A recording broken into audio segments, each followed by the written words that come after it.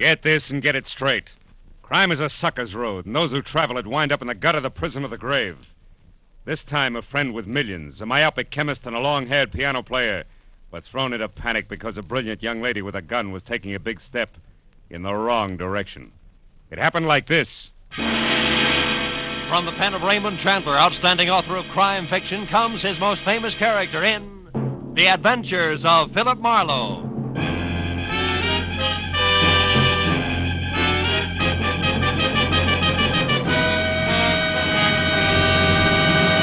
Now, with Gerald Moore starred as Philip Marlowe, we bring you tonight's exciting story, The Big Step.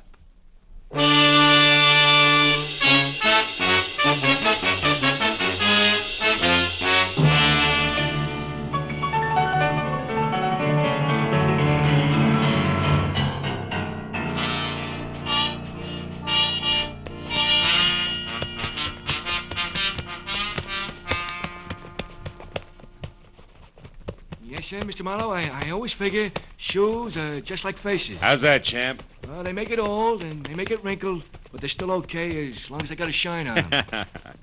Yeah, it keeps that right in condition, huh, champ? Yes, sir. Hey, let me just spank up this one again, huh? Sure. Oh, come in. Mr. Marlowe? Yeah? Oh, excuse me. I didn't know you was busy. That's all right. Okay, champ. I guess that does it. Here you are. Oh, thank you, Mr. Marlowe. I'll see you tomorrow. Right. Well, now that my shoes have a new lease on life, won't you sit down? Miss, Cantor. Mrs. Betty Cantor. Oh. I'm a waitress at the Shelton Cafe. I need your help, Mr. Marlowe. There's something you could do for me. You free to take a case? Well, I'm free, depending on the case. What is it?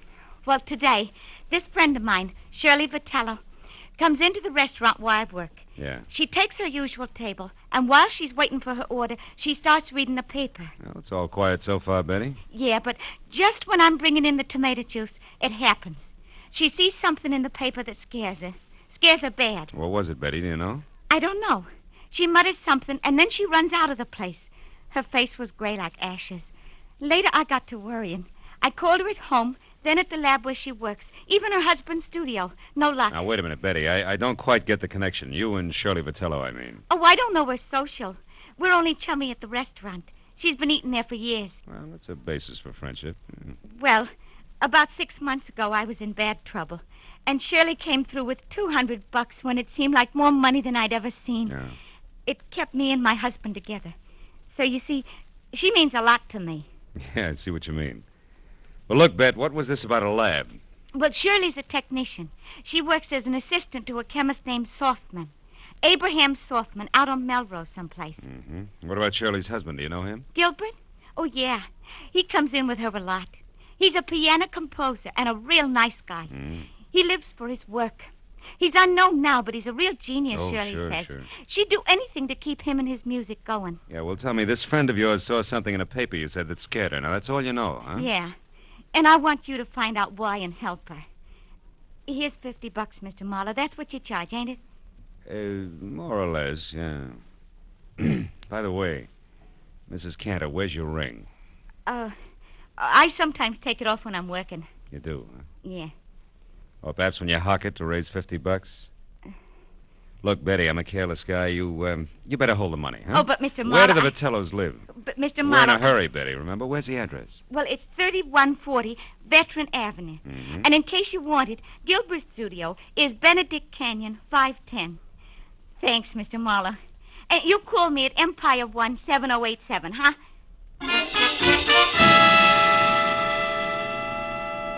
When Betty Cantor was gone, I got in my car and drove out to Veteran Avenue. You know, she was a pathetic little creature. And with a little effort, she could have that touch and glow look. Oh, well. 3140 was one of those small but neat houses that grow like mushrooms overnight on the post-war California landscape. And it was locked, dark, and quiet. I went around to the back and started on the windows. The third one opened when I tried it. I climbed in, turned on some lights, and made the grand tour, then entered in the den. The only indication that anyone had been there all day was a current issue of the L.A. Star crumpled in the wastebasket. I pulled it out and started through it. On page 5, I found the hole where a 2-column story had been clipped out. And then somebody was at the front door. I started toward it, but changed my mind at the sound of the key in the lock. Instead, moved back into the den and watched. A head that belonged on a gopher wearing a battered fedora and inch-thick glasses above a fur-collared coat peeked in. Gave the place a myopic once-over and headed straight for the den. So I stepped out where he could see me. I have never seen you before. What are you doing here? You tell me first, Pop. I'm bigger than you are. I am Dr. Abraham Softman. Softman? Oh, the chemist Shirley Vitello works for. Is that why you have a key? Yes, she leaves unfinished. She leaves work here for me to pick up. It's a convenience for both of us. But now you can also explain, maybe? Well, a friend thinks your assistant's in trouble. I'm trying to find out. The name's Marlowe. Aha. I suspected now I'm right. What? Shirley came to the laboratory late from lunch today and very much upset. She left again soon, right in the middle of our most important crimson test. Your what? Our crimson test. Oh, yeah. Without one word to me, she left. Never does this happen before. In all the 5 years, she has been my loyal right hand. Well, tell me, what's the nature of your research, Dr. Softman? We are developing new commercial dyes. Oh, such a beautiful crimson we have now. Really? Shirley knows as much as I do about all of it. Mr. Marlowe. Was it you who opened the desk drawer there? No. I didn't notice it till now. 2 boxes of .32 caliber ammunition. 9 shells gone from the top one. She kept a gun there. I've seen it before. That's gone, too. What kind of trouble needs a gun, Mr. Marlowe? Oh, I could think of a few. And they all say we better locate Shirley, and soon. Now, look, Doc, I want to ask you... Just one moment, What? please. Maybe you will know if this means anything. I found this under her work table after she left this afternoon. Is it maybe something? I don't know. Let me see. Empty reservation envelope from Federal Airlines, L.A. to New York, departure 11:35 tonight. Made out to Ruth Britton. Ruth Britton? Who's that? Well, I don't know her, but she must be something to Shirley. Perhaps this Ruth Britton is the trouble. Well, the airline number's here. Where's the phone? It's out there in the other room, Oh. there on the table. Yeah, I got it. Hudson 28610.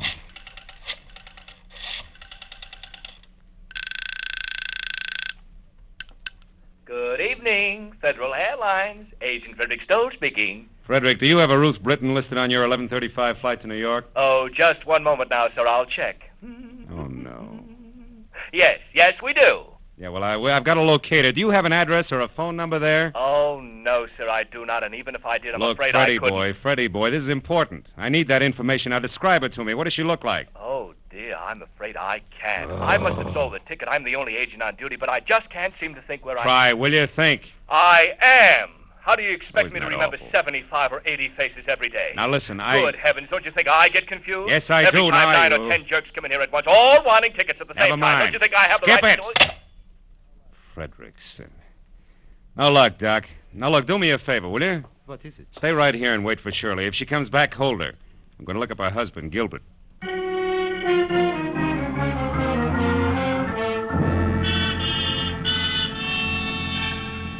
The first stop was a newsstand. I bought an L.A. Star, turned to page 5, and found that the missing story was on a man identified only as Denneker, who'd been hit by a taxi on Temple Street at 8 a.m. The only reason it rated 2 columns was that before he lapsed into unconsciousness, he told the ambulance crew from the Citizens Emergency Hospital that he knew he was going to die and wanted to clear his conscience by confessing a crime he'd committed.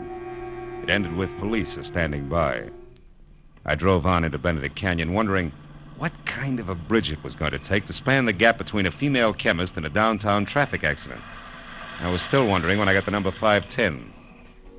All I could see of Gilbert Vitello's studio over the brush around it was something pseudo-Spanish that had been stuck onto a piece of vertical real estate by an optimist in the early 20s. A path had been opened from the driveway to the house, and as I walked to the door, the piano music from inside got louder, but not better. Even in the long-haired circle, that stuff needed a haircut. Hey! Hey! Vitello, break it up a minute, will you? What's the meaning of this outburst? I'm working and I won't be interrupted. Who are you? What do you want anyway? Take it easy, Mr. Vitello. My name is Easy? Marlowe. Betty Cantor sent me here because she's worried about your wife. The waitress worried about Shirley. Why? Well, she's in some kind of trouble. Have you seen her tonight? No, not since this morning, but that's not unusual. I often work late. My music is very demanding. Now, what gives that waitress the idea that Shirley's in trouble? Your wife's reaction to a newspaper story. It scared the wits out of her. About a taxi hitting a man named Denneker. Mean anything to you? Denneker? Shirley worked with a fellow by that name once, I believe, but why would that story frighten her? Well, I was hoping you'd tell me. Do you have a gun? A little .32 pistol that's at home. Why? It's gone. See here, what's this all about? Tell me the truth and be quick about it. Oh, shut up. Answer my question. All right. My wife was shocked by that item on Denneker. She isn't at home, she isn't at Selfman's lab, and hasn't been all afternoon. And what's more, she's got a gun. That's all I know, except for one thing. Who's Ruth Britton? She's a friend of Shirley's from the East. She's been visiting relatives out here. Why? Nothing. Maybe Shirley's got a plane reservation for her, that's all. Mr. Marlowe, if that's all you have to offer, why don't you get out of here so I can go to work? I'm quite certain if Shirley were actually in trouble, she'd come to me for help. And incidentally, tell Betty Cantor to take some vitamins or something. She's becoming a meddlesome busybody. You know, there was a quality about Gilbert Vitello that made me want to sock him on the temperament with the heavy end of his grand piano. When I started down the path to the driveway, I forgot about him. Because a pair of headlights slashed through the foliage like a giant scythe.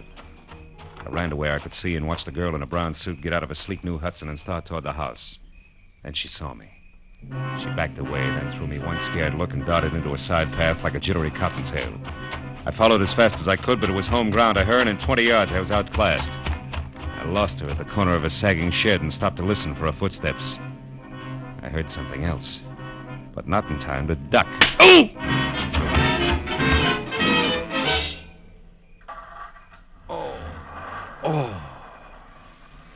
Oh. You there, you. Marlowe, is that you, Marlowe? Marlowe, what happened, Marlowe? I heard a car come in with a shut crowd. up, Who was shut it? up. It was Shirley. She slugged me. I don't believe it. You're lying. Okay, I'm lying. For what it's worth to you, Die Hard, your wife isn't kidding. She told me personally with a blunt instrument. Play that knee flat, Jack.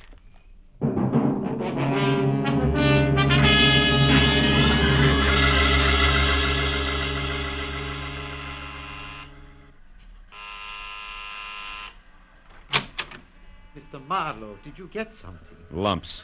Oh, look at... How about you, Dr. Softman? No, nothing. Come in. Yeah. No one has come here. You found out something? Ever hear of a guy named Denneker, Doc?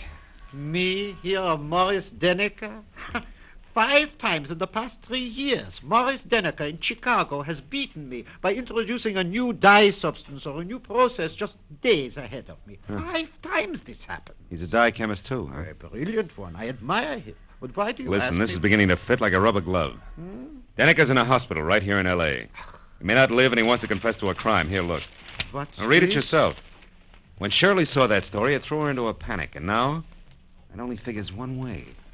Your assistant has been selling your new developments to Denneker before you released them. No, it is not true. Shirley would not do this thing, not to me. Okay, Doc, we'll see. Now, look, why don't you go back to your lab and wait? I'm going to the hospital now and do some more fast addition. If it comes right, just don't forget you're a scientist, will you? Oh, I would not forget. Now, you remember something, Mr. Marlowe. 2 + 2 does not always make 4, especially when you are adding up human hearts.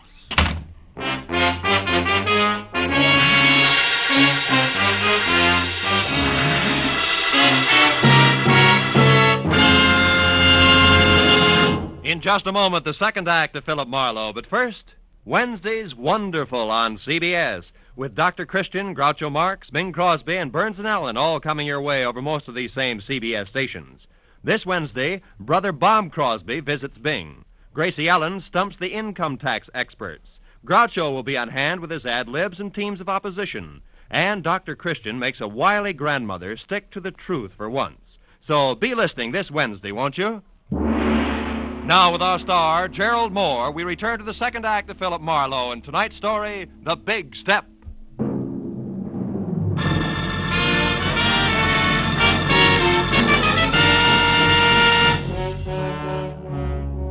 It was 20 stop-and-go minutes through the snarled early evening traffic over to the Citizens Emergency Hospital. All the way, I kept hoping that Denneker's confession wasn't going to have anything to do with Shirley Vitello. But when I was there, standing next to Detective Lieutenant Matthews and filling him in to date, I racked that hope up under wishful thinking. Morris Denneker had already come, too. Yeah, Marlowe, about a half hour ago. He didn't say too much. How much? Only something about this woman you mentioned, this Shirley Vitello, and Yeah? the formula for some kind of a bleaching agent. Then he went out again. Hey, look, this Vitello girl who currently adds up to something very dishonest, what does she look like? Oh, blonde, about 5'4", maybe 30. Wearing a dark brown suit, no hat? That's right. She been around? Yeah, I spotted her here in the hall about 45 minutes ago. Claimed she was a reporter, but she didn't make any small talk with the other news hands. I got a little suspicious. Just then Deniker came too, so I went in there. When I came back out, she was gone. Hey, Marlowe, you know where we can pick her up? No, I don't, Lieutenant. Doesn't look so good for her. She could be pretty desperate right now. Like a quick trip to the country. Or like worse, she's got a gun, Matthews. And now with Deniker starting to talk, very little hope left. I better be going. Where? Just Phil? going, Matthews. Hey, wait I'll a keep minute. in touch. Wait a minute. Look, we have a big organization, Mr. Marlowe. We're equipped to handle all kinds. We could do almost as good a job as you. Just keep that in mind, will you? Yeah. And I'm glad you said almost. So long.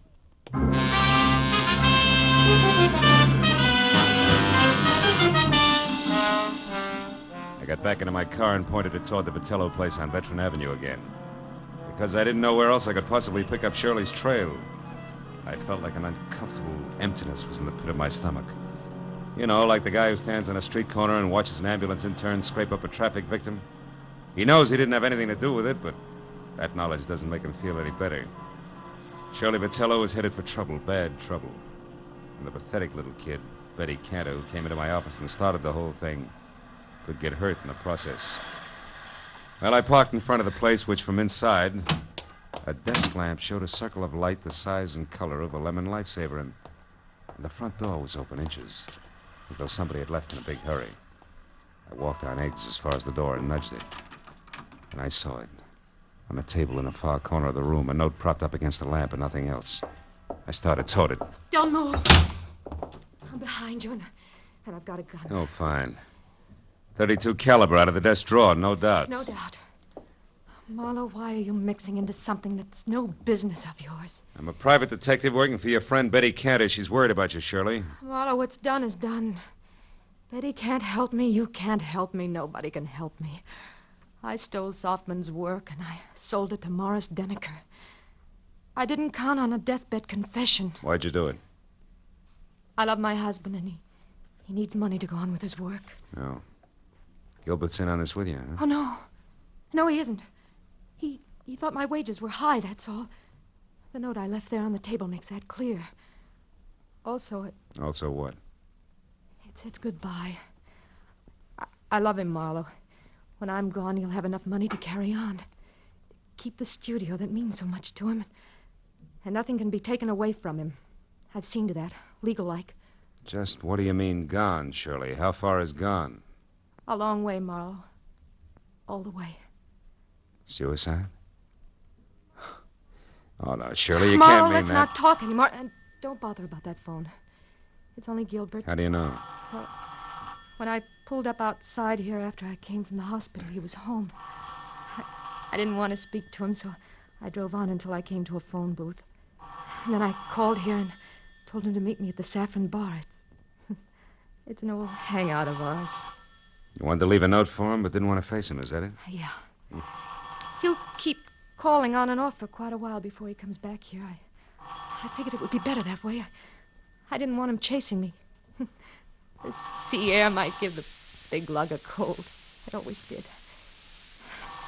Well, Marlowe, it looks like it's about time to put you away for safekeeping. I don't think so, Shirley. I think the phone is about... No! Next time, Marlowe, it'll be more than a vase, but just as fragile. Now, the closet's cedar lined and strong. It should hold you long enough. Get in, Marlowe. Go on. Okay. And it is, baby. But first... What? The step you're about to take, Shirley, yeah, listen... I know all about it. It's a big step, isn't it, Marlowe? We'll save your breath. I wouldn't be any happier in prison or running away, believe me. Not a bit happier. So long, Marlowe.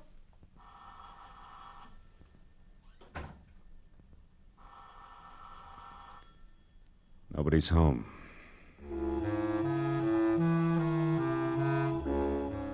Shirley Vitello was mixed up about a lot of things in life, but that doesn't include closets, because the one she put me in was strong. The lining she called cedar must have been hand-me-down armor plate from a retired battle wagon. So all in all, I was 45 minutes alternately kicking and resting while the insistent telephone marked the 5-minute intervals for me. But finally, it was the wood around the lock that gave way. I was out. Hello? Hello, Who's this? Marlowe Vitello, and save your questions till you hear what I have to say. Marlowe, where's my wife? She was supposed to meet me here at the Saffron Bar. I said save it. Now listen. Your wife's out to kill herself. No, Marlowe, no! Yes, tell me, did you two have a favorite spot out near the ocean? I don't see what I don't care whether you see or not, did you or didn't you? Yes, the Redondo fishing pier below Santa Monica. Good. Now keep listening, Vitello, and do as I say. Come straight home. But, Marlowe, it surely... Do as I say, Vitello. Come back here and sit tight with fingers crossed. I'll worry about the pier. Goodbye. Second connection was broken. I picked up the phone again, dialed 116, got through to police emergency operator, and from there to Matthews, who was still at the Citizens Hospital. I told him to pick me up in a squad car and get ready for a fast 10-mile drive to the Redondo fishing pier, where Shirley Vitello was going to kill herself. Then I got outside and waited the 4 longest minutes of my life, until finally Matthews screeched up to a halt. When I piled in, we took off, siren wide open.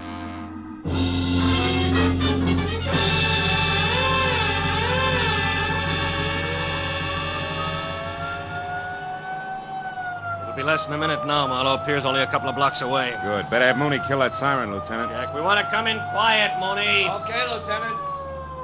Well, there she is. That power's out on the pier. Yeah, Mooney, pull up here, will you? We don't want to scare her into something. Matthews. What? That crowd there, halfway out on the pier. There's a cop with her. Yes, so there is. You better drive right up, Mooney. Looks like we're too late, Phil.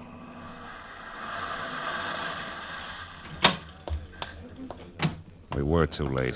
At the center of a circle of the morbidly curious who always stand and gape, we found her lying face down on the greasy planks of the pier, dead. She'd shot herself through the heart, and the gun, the same .32 she'd used on me, was lying next to her. 2 bullets gone. I explained the extra shot to Matthews. Uh-huh. Okay, 1 bullet fired up at her place and the other one here. Well, I hope you're satisfied, Marlowe. What do you mean, satisfied? I mean single-handed. You had to leave the cops out of it, didn't you? You had to go up to Veteran Avenue all by your lonesome, didn't you? Now, you wait a minute, Matthews. I was only trying to... nuts. Hey, Mooney, where's the nearest phone? Over there, Lieutenant, across the street, the Triple Eagle Cafe. The patrolman here's already called an ambulance. All right, tell him she can be moved. Come on, Marlowe. I want to turn in a first report on this. Mooney, pick us up at the cafe. Right, Lieutenant. Okay, folks, okay, let's take a look. So Shirley Vitello was stealing formulas for those dyes from her boss and selling them to this Morris Denneker. Yeah. All was rosy until Denneker walked out in front of a taxi early this morning. That put him close to death and in a mood to talk. Also put Shirley Vitello on the spot. Hey, is that the place you want to phone from? Yeah. Look, one thing more, Marlowe. The girl's motive all the way through. She loved her husband. He loved his work. Yeah? Her, too? Yeah, after his work. So since he didn't make any dough, she stole to keep him going and close to her. There's the phone, Phil. Come on, will you? I may need you to fill in the blanks for me. Marlowe, I said I heard you.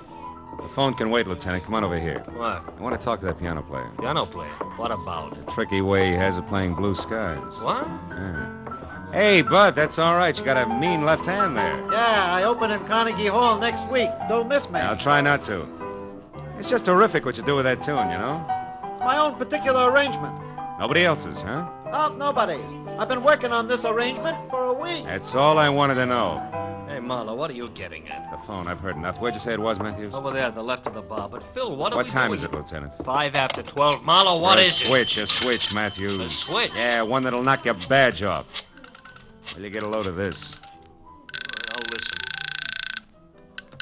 Good evening, Federal Airwaves. Agent Hedrick Stoll. Listen, speaking. Frederick, I'm the party who called before about the reservations for Ruth Britton on the 11:35 for New York. Oh, yes, I remember you. I'll probably... Never mind. It's police business, Freddie. Did the plane leave on schedule? Of course it did. But Miss Britton didn't make it, and she didn't bother to call and cancel her reservation. Thanks. I've heard enough. So far, so good, Matthews. Yeah, which means what? The Saffron Bar in Hollywood. Which means what? Shirley Vitello didn't commit suicide, Matthews. She was murdered.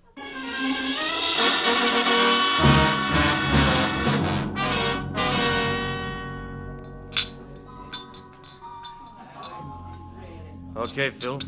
Where's your man? Right there. That table against the wall. Oh. Come on, Matthews.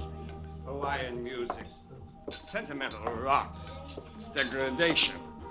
Abomination. Oh, I don't think it's as bad as all that, Gilbert, old boy. Marlowe, you a cop, the most insensitive of all people. What would you know about music? Just for the record, he's not a cop. My question still stands. What do you know about music? As a matter of fact, not much. But you know, I'm fascinated by what they're doing with instruments these days. Really? Mm-hmm. What are they doing that might fascinate you? Well, for example, take that picture where the score is done by only one instrument, a zither. What's more, it doesn't sound like a zither. To a trained ear, a zither is a zither. You mean you can't make one instrument sound like another? Well, for example, a guitar like a piano? Don't be ridiculous. Now, wait a minute. It's not so ridiculous. Why, only tonight I heard a guitar that sounded just like a piano. Real tricky arrangement it was, too. Sounded... You're joking. Oh, no. Oh, you must have heard it, too. It was while we were talking on the telephone. The telephone? I talked to you? Sure you did. You remember? You said you were calling from here, the Saffron Bar, but the conversation was being scored by the pianist at the Triple Eagle Cafe at Redondo Beach. A real tricky arrangement in more ways than one. I didn't mean it.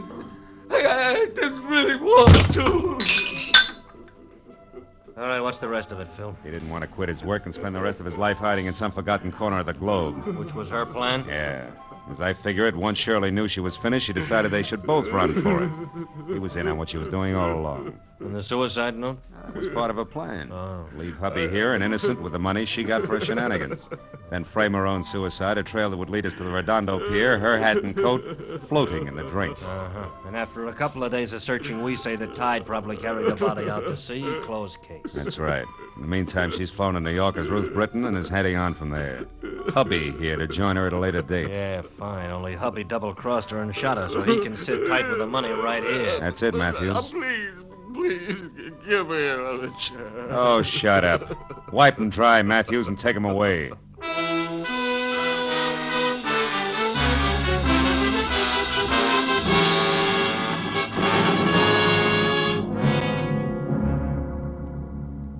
I didn't go along with Matthews. I didn't even bother about my car, which I'd left in front of the Vitello place. I'd had enough for one night. Enough of the kind of person who'd hitch his wagon to a star only if the twinkle he saw on the horizon was the reflection of a dollar sign. Oh, yeah, they were a pair, all right, the Vitellos. A pair who finally canceled each other out. You know what? I'm glad of it.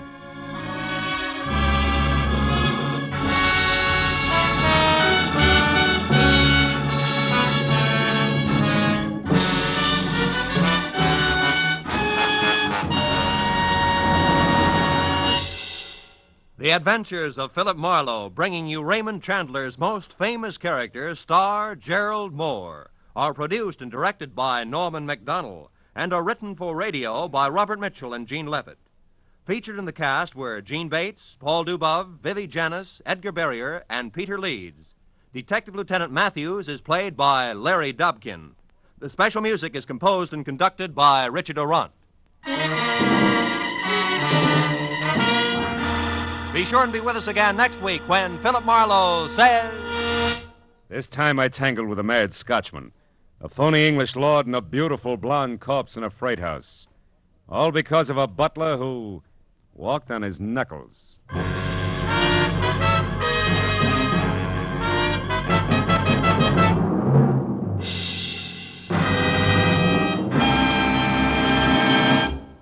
How about tying a mental string around your finger today to remind yourself to file your 1949 income tax return as soon as possible? The 15th of March isn't several miles down the road the way it used to be. It's almost at your front door. And you'd certainly get a scare if you came home one evening to find it sitting right smack in your living room saying smugly, "Well, you forgot to file your income tax return. What now, little man?" So why not set aside tonight as income tax night and file your 1949 return?